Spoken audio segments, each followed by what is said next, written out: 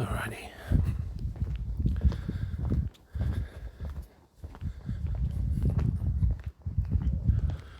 Hello everyone and welcome to Toby Everyday.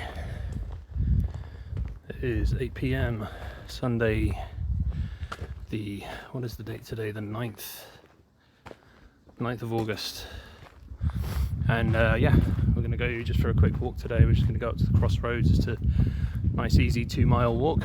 I'm just leaving my place now. Hello to the one viewer. Thanks for joining me.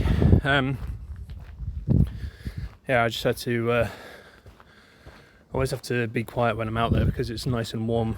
All my neighbours like to sit outside and enjoy the sun, and the last thing they want is me screaming at my cell phone. But it's a lovely day here, or lovely evening I should say. The temperature is very nice and warm, but the breeze is keeping it mild. However, the breeze does mean that there will be audio issues. Obviously, when you're broadcasting with your phone, there is no external mic. You are relying on your phone for the audio. I'm just going to try and adjust the phone slightly. In fact, let's try and see if we can recalibrate it. Right, sorry about that, guys. I'm just trying to get my gimbal to work properly. Why is this? Okay.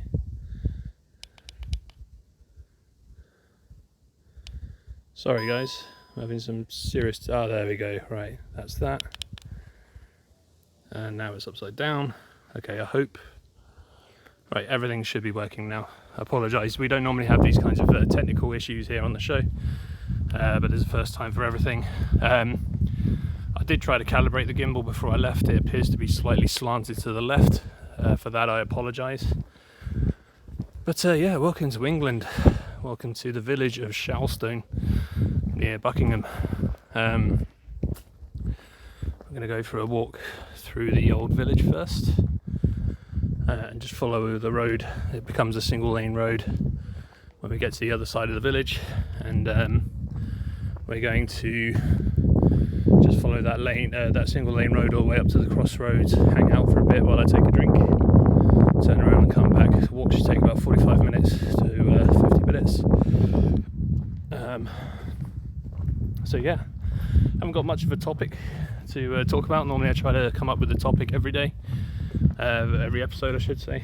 But I called this episode Toby Every Other Day because I seem to be slacking a lot. The truth is I'm not slacking. I basically have something wrong with my foot that is preventing me from doing my walking exercises, which is frustrating to say the very least, because it's always important for me to keep the momentum that I gain day by day by doing all these exercises. Today my foot's feeling a lot better than it has in the last week or so, which means that hopefully I'll be out tomorrow, but just to be on the safe side I'm not going to push it, so I'm going to have a nice easy walk today. On the previous episode we walked to the abandoned car. It's only the second time we've visited that spot. For new viewers, this is a vehicle that is so rusted it's basically imploded in on itself. I found it in the middle of a forest with no roads or visible entryway into the forest, so how it got there is a complete mystery, but it is a fun, cool little curiosity spot on these walks of mine. The other route we can take is normally to walk down and turn right, head towards the barn, and then walk beyond it to the corn rows. There's a sweet corn field, and then walk through the forest and then back again. We are not going to do that today either. Basically, I think what's happened is my foot has basically become injured because it's walking on terrain that the footwear is wildly inappropriate for. I'm just wearing skate shoes or running shoes. I don't have hiking boots or thick-soled boots to keep my feet properly comfortable. So every little nook and cranny, every rock, every hole in the ground, I'm either buckling my ankles or bruising the ball of my foot, and or damaging the heel. So it's not a lot of fun. Yeah, that's what it is. So, how has your weekend been? Tell me about that in the chat. My weekend has been entertaining so far. Friday night, as I talked about in the previous live stream, my mum's best friend came over, so it was fun just seeing these two sweet old ladies drinking like soldiers and basically just talking absolute shit and having an absolute blast doing it. It's always good to see my mum having a good time. And then I went for the walk that day. We went down to the abandoned car, and then yesterday, what did I do yesterday? I studied kanji, 2 lessons. When I get back home today, I did a kanji lesson this morning, but after this walk I'm going to have another kanji lesson, I think, because I'm really getting into studying it. But yeah, I really can't remember what I did yesterday. I'm almost ashamed. I binged a lot of The Walking Dead. I finished season 8. I can start season 9, but season 10 is on there. But I understand that season 10, the finale, has been sort of postponed because of COVID. So I'm a little bit hesitant to get stuck into season 9 because the ending of season 8 was quite satisfying, and I felt like it was in a good place to give it a little moment of respite and just leave it to chill for a bit. I can watch other shows. There's many other shows that I really want to see and catch up on. So I did a lot of that yesterday. And then this morning I woke up and I was like, I really want to play a new game. What do I want to play? And then for some reason the video game Skyrim popped into my brain, and I thought, I didn't play that since it first came out. I had about 150 hours of gameplay time saved before my infamous Xbox 360 hard drive crashed and died. So let's play that again. So I've downloaded it on my Nintendo Switch, and then just before the show tonight I went and created my character. So the sheep are in the field today. I don't know how well you can see them. Maybe they'll be up on the hill a bit further up. It was fun just designing my character and re-familiarising myself with the controls and seeing it on the Nintendo Switch as well. So I remember when it first came out, it was such a gorgeous game, especially on the Xbox 360. So I'll probably be doing that a lot. And then today was the big day for the Baby Metal podcast. The episode that I was invited to be appearing on. It's now available. You can get it on iTunes, Spotify or YouTube.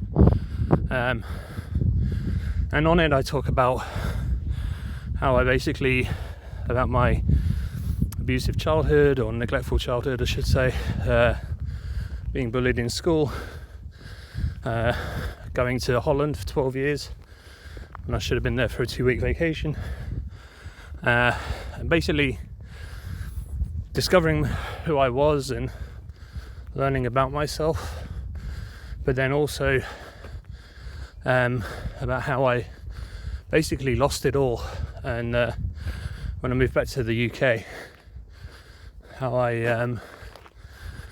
had everything I owned was sold or given away just to get money to eat or to pay rent or whatever. And then how Baby Metal came into my life and pulled me out of darkness, so to speak, and have always been by my side ever since. Positive reactions all around so far. Everyone has loved it. So the story's incredible and inspiring, which touches me a lot. I really love it to hear when, you know, something I've got to say has an impact. So I'm very grateful about that. Okay, I can see on the horizon there's people with their dogs. So we're going to put the camera on me. Flip it around, because these people have not given me their permission to be on the show. So at least this way people will be able to not complain or get angry with me. But yeah, I was talking earlier about kanji and my lessons with learning Japanese. Still really enjoying it. However, I feel like my progress with learning the language is kind of faltered. In the last year, I started off really strong for maybe the first 8 months, and then I just let stress and all that kind of thing get to me, and I stopped studying. I continued to listen, continued to watch, did a bit of reading, but just actually actively learning and studying, that never could get quite back into gear again with that. So now I'm doing it. It's feeling good. And learning kanji is something I didn't do before, so this is the first time I'm doing it. I'm just going to walk past these dogs.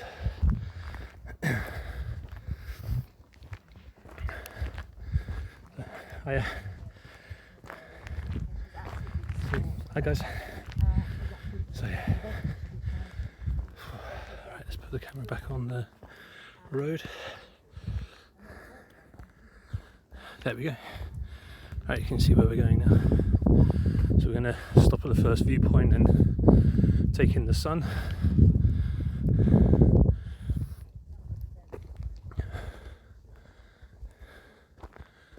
Beautiful colours in the sky today.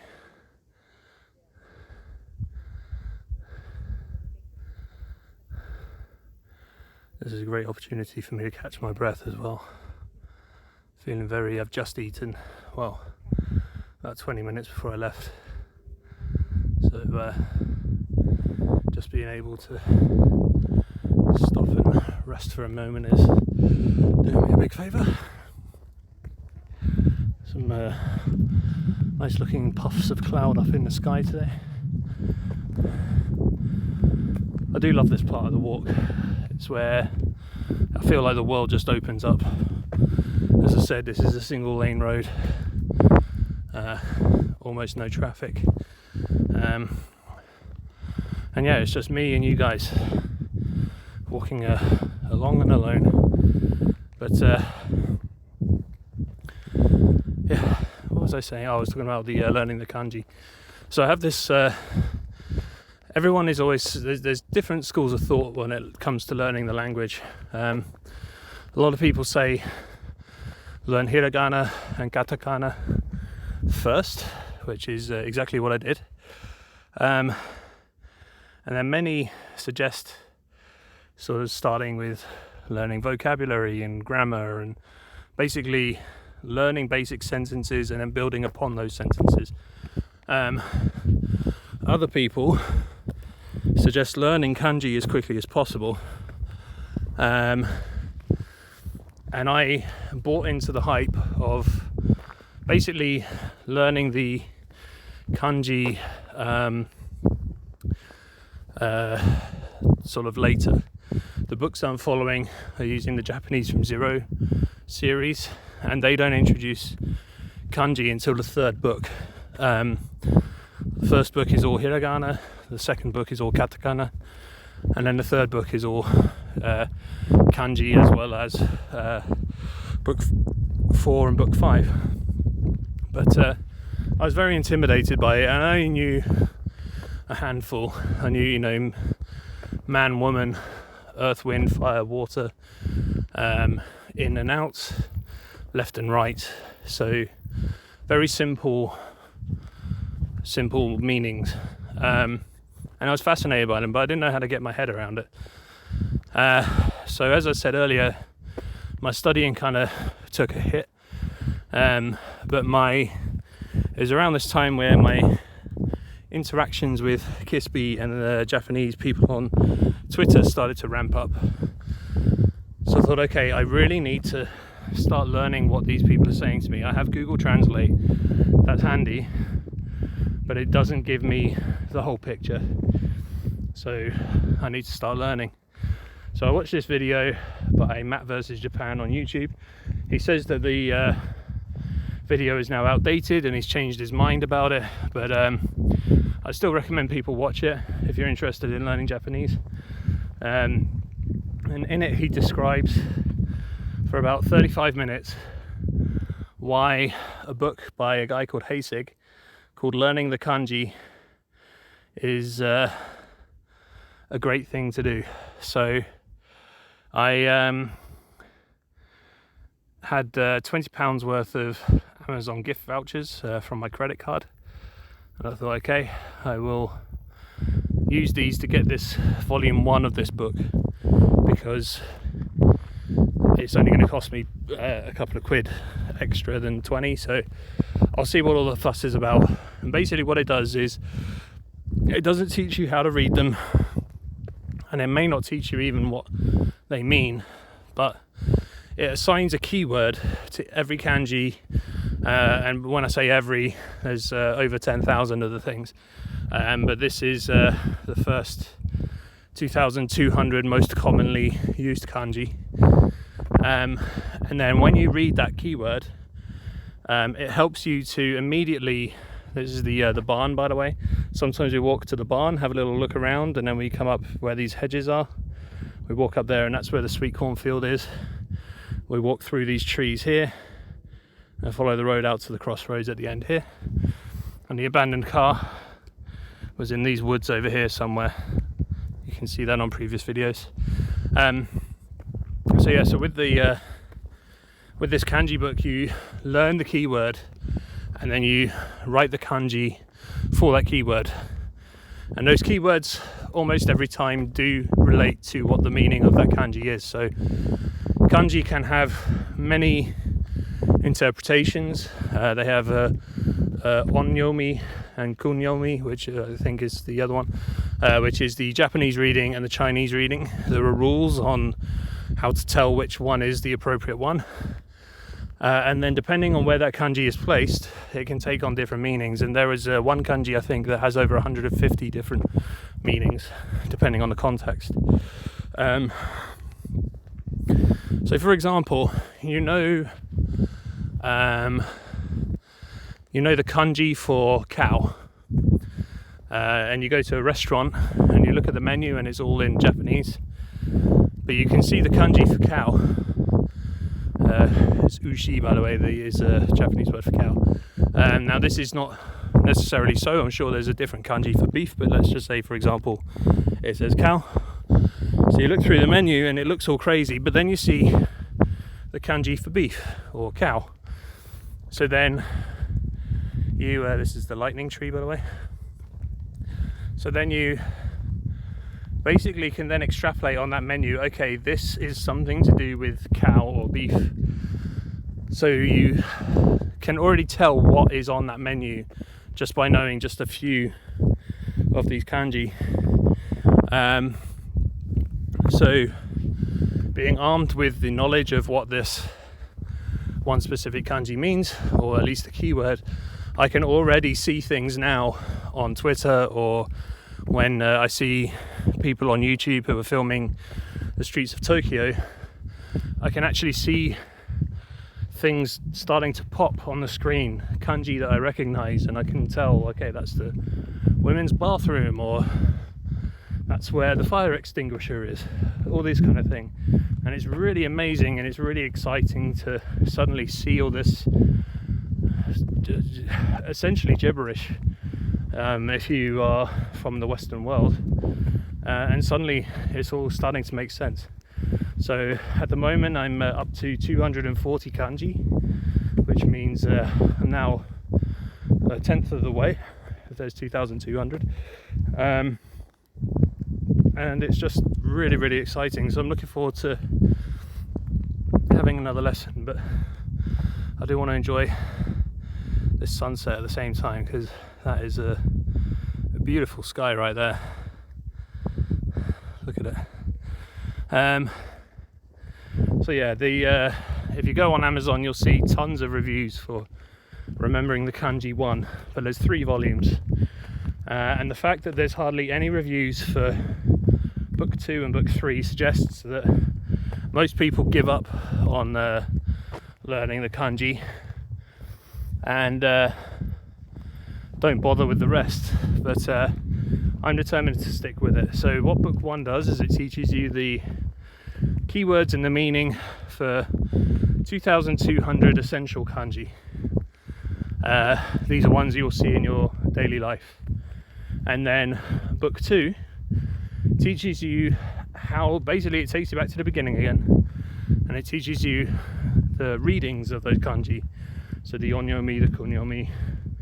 I really need to double check that the second word, kunyomi, is the right word, I'm not sure. But yeah, it teaches you how to read them. So you're kind of doing the book twice, but what's more important is that you're able to remember and recognize those kanji and write them from memory, because they are forming a web in your mind, and all you do once you get the second book is hang words on those books, on that web, and that's basically how you can learn a job that takes Japanese people over 10 years in schools to learn how to write and read these 2,200 kanji. Is not even that much. I think it's actually only 1,800 that they learn. But it takes them over a decade to learn it, but these books teach you how to do it in months. The third volume introduces 800 new kanji, but it's kind of a hybrid of both books. It teaches you both the keywords and how to write them, and then also the readings of them.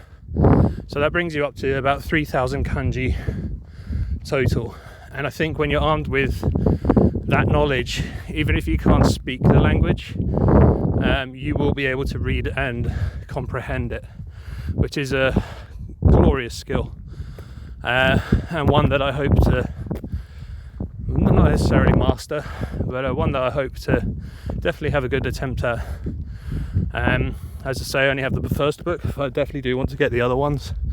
I have a thing where, looking at all the Japanese textbooks that I have, it kind of motivates me to work harder, because I'm spending money on all these books, so they have to be used. And at the moment they're just sitting there. So I am slowly going back through Japanese from zero, relearning everything and how to use it properly. And then I'm engaging people on Twitter and trying my best to understand what they say. In conjunction with the learning the kanji books, there is also an app called Anki, which I've talked about before. It's a spaced repetition learning app where it basically generates flashcards, and then it remembers, okay, this one he did really well, this one he wasn't sure on, he had to redo it a couple of times, this one he's acing without thinking, so we can bury this. So the buried cards never come back, or they will after half a year or something. The cards you mark as easy, you won't get tested on them for maybe a couple of weeks or a couple of months. The ones you forget, or the ones you struggle with, are 9 times out of 10 the most recent ones you've learned. So it will bring those back in the coming days. So you are constantly refreshing your memory, but then the app is tracking each kanji that you've practiced and then spreading it out. So the further you are away from learning it, the day you learned it, you get more and more time in between, and that helps to maintain the knowledge. And it's, I have to say, it's working. I'm still really enjoying it. I do struggle to recall certain things. I can see the shapes in my mind, but I can't draw them properly. So as I learn a new kanji, I write it down, and then as I study, or when I'm doing the test to draw them from memory, I'm basically going through the things and then finding out, okay, I think it's this one. I'll write it down. If I'm wrong, I will mark it as bad. If I'm correct, I'll mark it as good. There is another card option which is hard, and that one will basically just keep banging you over the head with it, so I don't use that one. I would rather move on to other kanji and keep having to repeat it a couple of times than have to see it every day for a year. Right, we're going to pop you guys down here, and I'm going to have some water. Enjoy the view.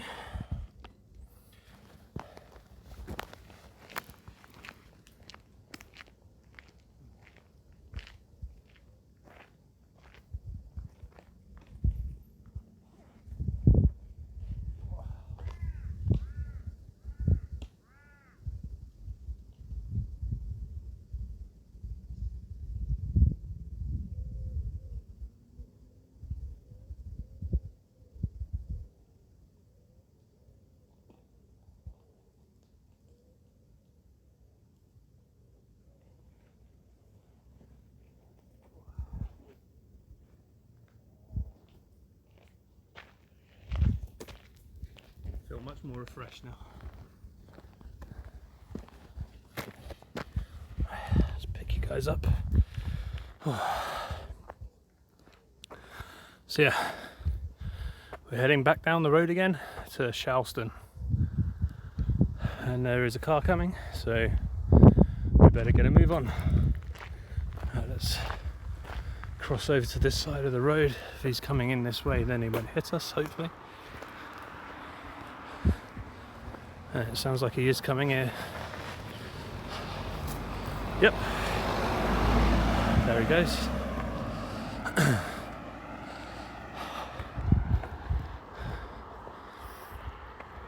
So yeah, kanji, it's good fun. What's interesting about the, another thing that's interesting about the kanji is, or at least the books I'm learning, is that most kanji learning systems will teach you the same way that children in schools learn.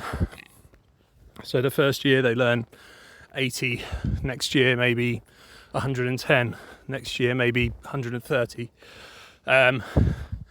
These books don't do that. They break apart the kanji into their core components. There are certain parts of kanji which they're a kanji in their own, but they also get incorporated into other kanji, and these are called radicals. What this does is it doesn't just teach you radicals, but it teaches you what it calls primitives, which are other shapes that are in kanji that are not kanji on their own. It gives these names as well. And what that helps is to break it down into its core components, and then it's structured that you build stories in your mind. So let me think of an example of one that's interesting. So there's a kanji called saber. Sorry, not saber, sword. I think it's one of the others, sword or saber. I'm sorry, I forget which one it is. And this one has different meanings. So you have the kanji for sword, but if you put a slash through the handle, then the keyword becomes blade for another kanji. And then if you incorporate the kanji for the number 7, it becomes cut or slice. So there's a kanji and the keyword is separate. And what this includes is the kanji for sword, but it also has the kanji for 1000.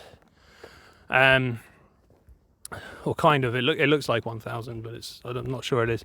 But basically, to me, it looks like a man laying on his side facing the sword.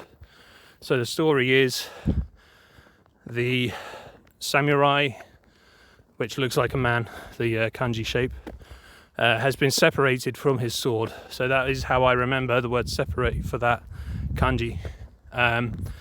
So yeah, learning the radicals but also the primitives means that you're learning, or you are exposed rather, to kanji that some people don't even see until they're in high school. As I said, children are learning the basics, so up, down, left, right, in, out, man, woman, cat, dog. But I don't even know what cat and dog look like.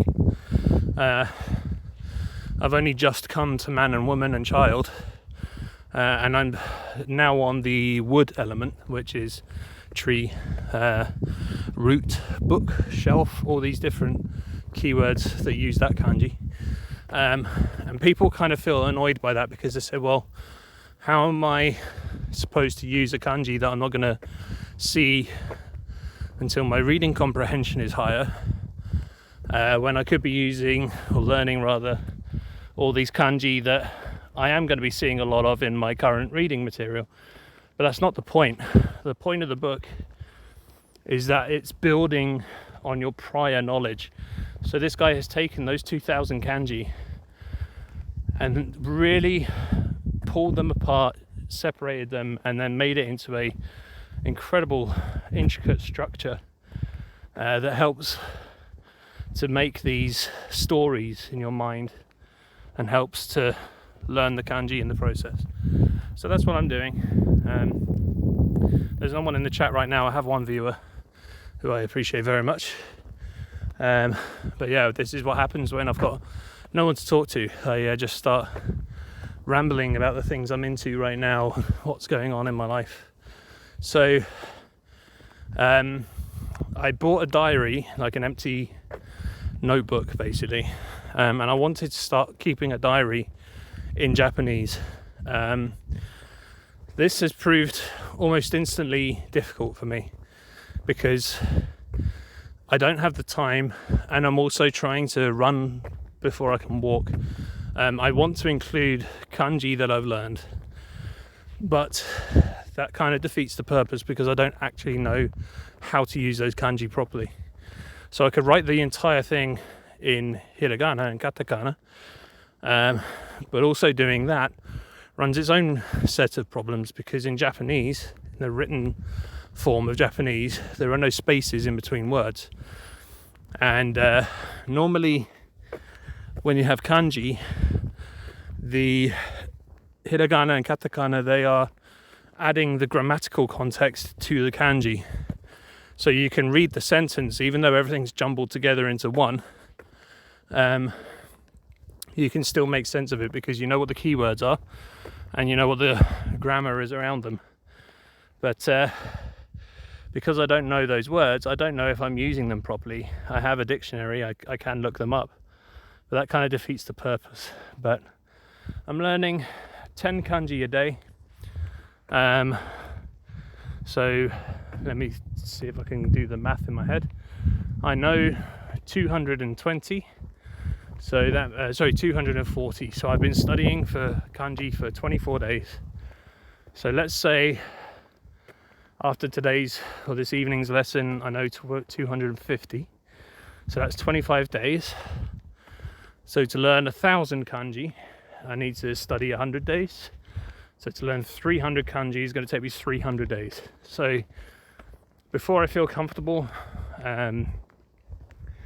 writing kanji, I think at least for the next 6 months at least, I will be struggling to use them. However, I will write the things, and I have children's books that they're called graded readers. Wow, look at that sun.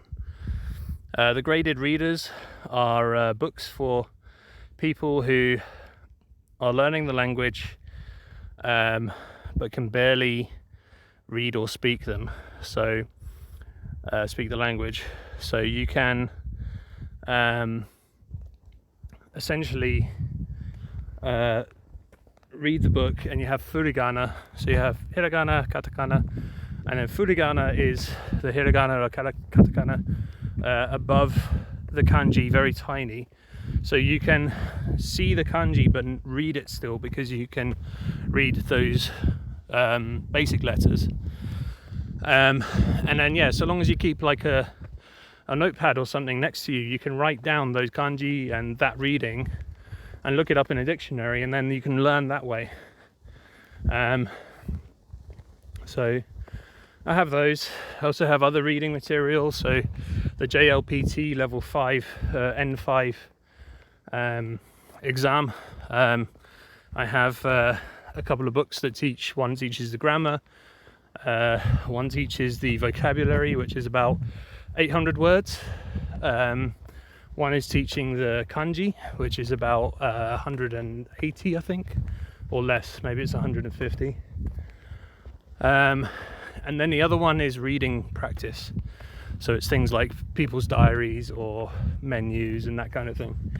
And basically all this stuff is to help you get accustomed to where you should be when it comes to learning Japanese and your proficiency to take the JLPT N5 exam.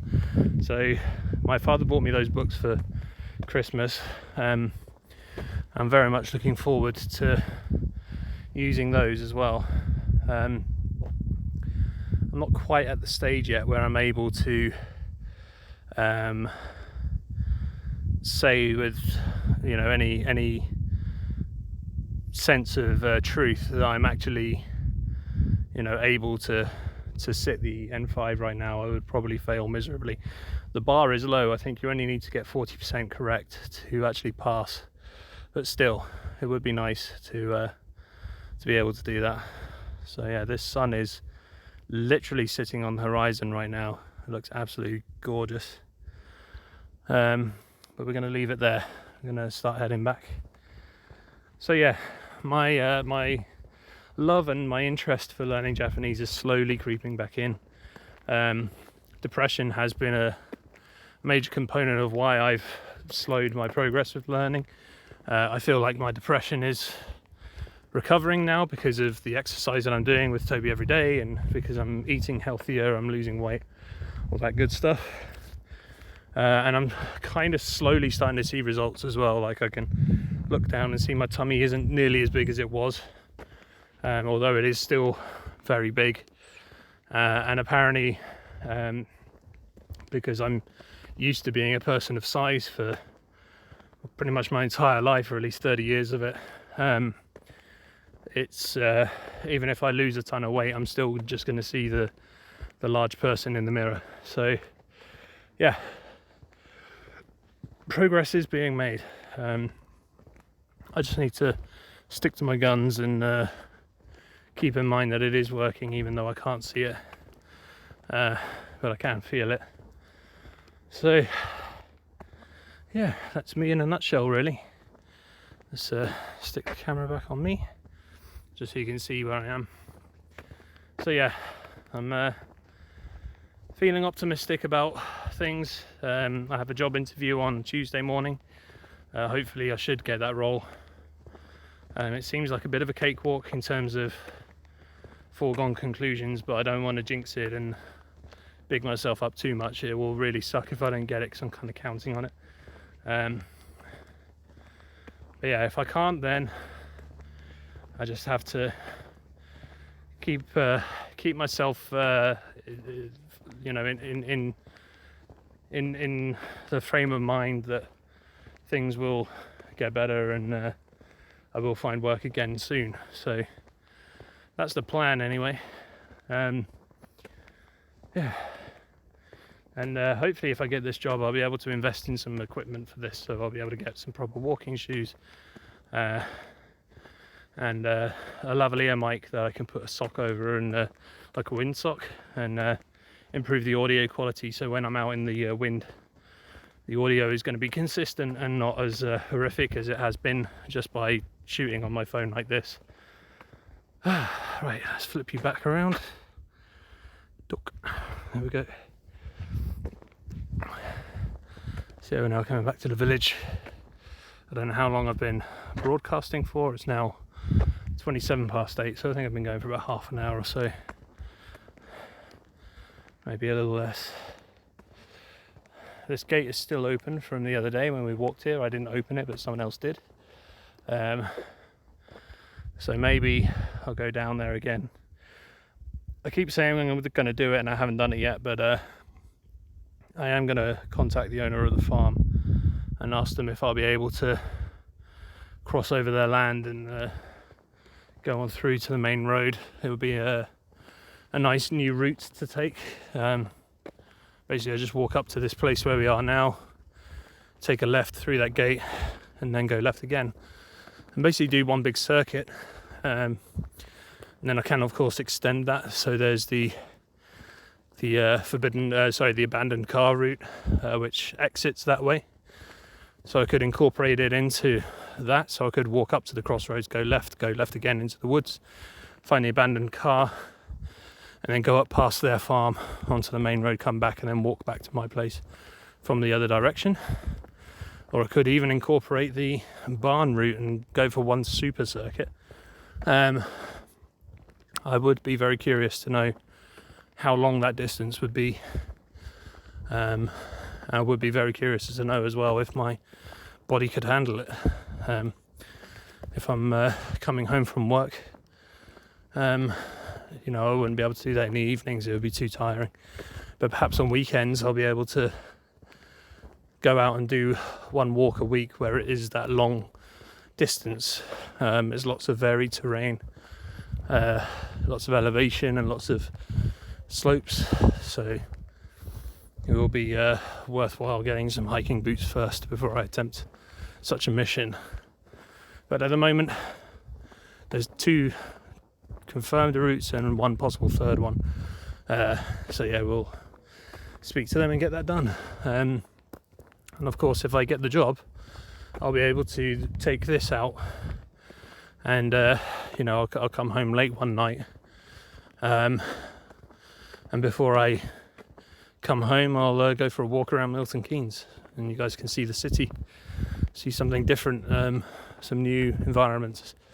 I can also have new things to talk about as well, because the city itself has a lot of nostalgia points for me. I can tell you some stories about my history with the city, locations I used to go as a kid, favourite locations as an adult, places I like to take people when they first visit the city, all that good stuff.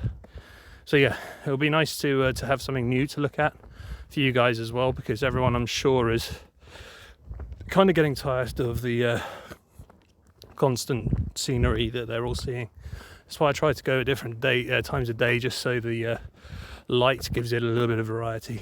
I definitely won't be doing any night walks again. That was a complete disaster. You couldn't see anything by the end of it. That's the episode called Alone in the Dark. All the sheep have all gone over there now. Gosh, I can really see how bad the slope is on this camera now. I'm really sorry, guys. I really need to figure out how I can get the balance on this gimbal to be appropriate. I think if it was this setting that it's on now, and then I get the external mic, that's going to put weight on it, it's going to pull it slightly like that. I just tried to test it, and you get this kind of effect if you do that. So yeah, if I have it and it's pulling it slightly, then that shouldn't be too much of a problem. Should help correct the level. The other day I said they were going to fill in the holes with the white X's, and there you go, they sure did. This is not the best kept road, I have to say.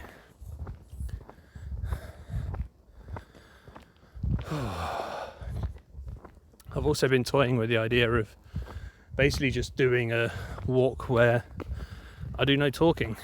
I literally just film it.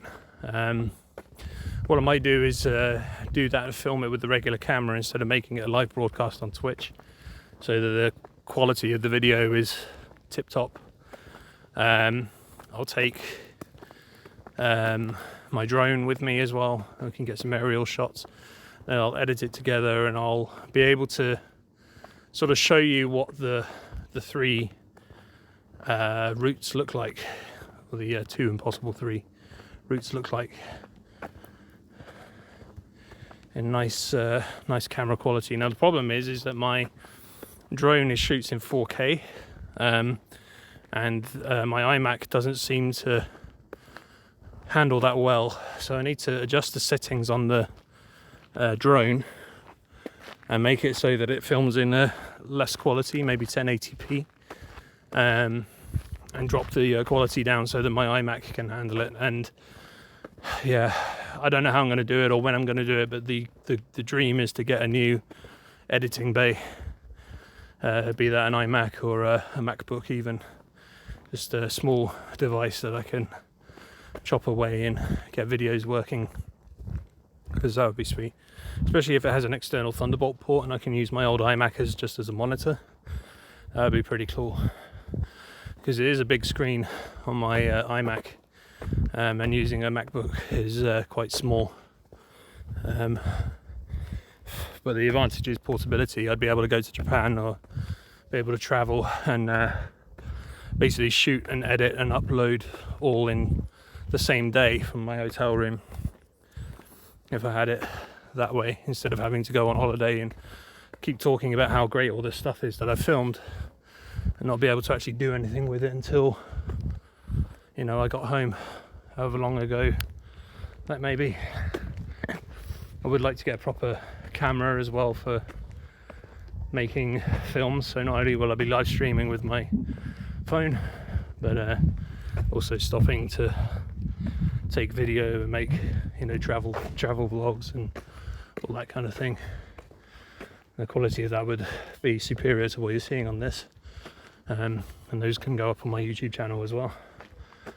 But we shall see. Lots of ideas and enthusiasm, just not much opportunity to utilize those ideas just yet. But yeah, you notice my breathing is getting hard and heavy now, and that's because this is the beginning of the end, as I like to call it. It's the big slope up towards my house, and it's where I start to feel very tired and the fatigue in my legs starts to kick in. I have to say I feel a lot better this walk than I did 2 days ago, and certainly a lot more than I did on the walk the other day, where my legs felt like lead. This is a much better, fun journey, I think.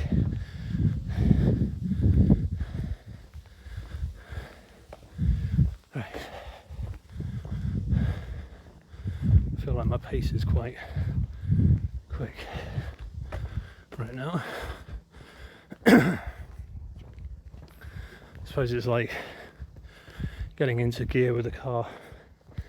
If you drop the speed down, it becomes much more of an effort to climb up hills in a car, and that's how this feels like. I feel like if I push myself to keep at a decent pace and just keep moving, push through the difficulty, then I think it will work out better for me. I feel like I'm walking through a million spider webs. There's all this stuff that's sticking to me. Right, coming up to the final stretch. We get to the California redwood tree and the mansion house, and then the church, and then that's it. We'll bring the show to an end. I'll say goodnight, and hopefully you guys will enjoy the show, or will have enjoyed the show. Oh. Almost there. This hill is so frustrating because it's not steep enough for the elevation to register on my smartwatch. So even though I'm able to see how many steps I'm taking, it's not very good at telling me how many steps I've taken up. Each of these routes is about between 5 and 6,500. So between 5,000 and 6,500 steps. So with all the ups and downs, I would be curious to know how many stairs they count as well.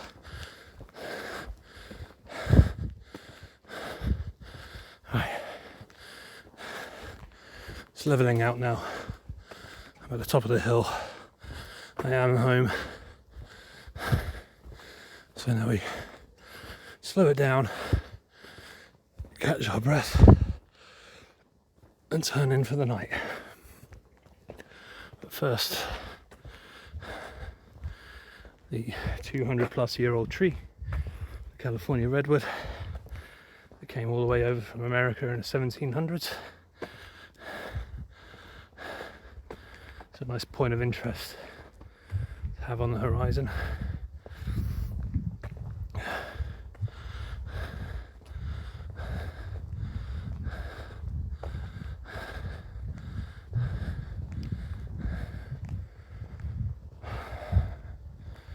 Catching my breath. One last look at that beautiful sunset we've been having today.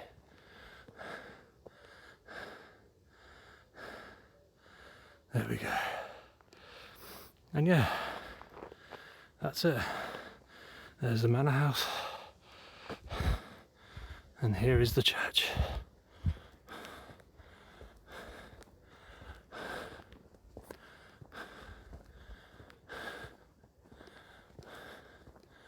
I love the building, it's just absolutely beautiful.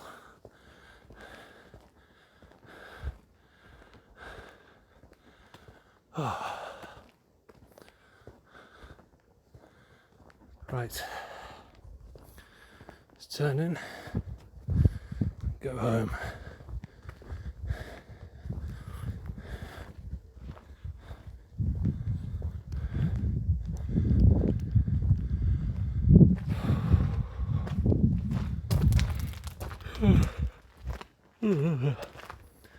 So that was a yawn. I can feel my heart rate's lowering. I can feel that my breathing has returned to normal, or somewhat normal. And yeah, just ready to put my feet up, learn some kanji, go to sleep. Oh. Let's have another look for some bats. Sometimes around this time of night there's bats flying around in here, but I'm sadly not seeing any tonight.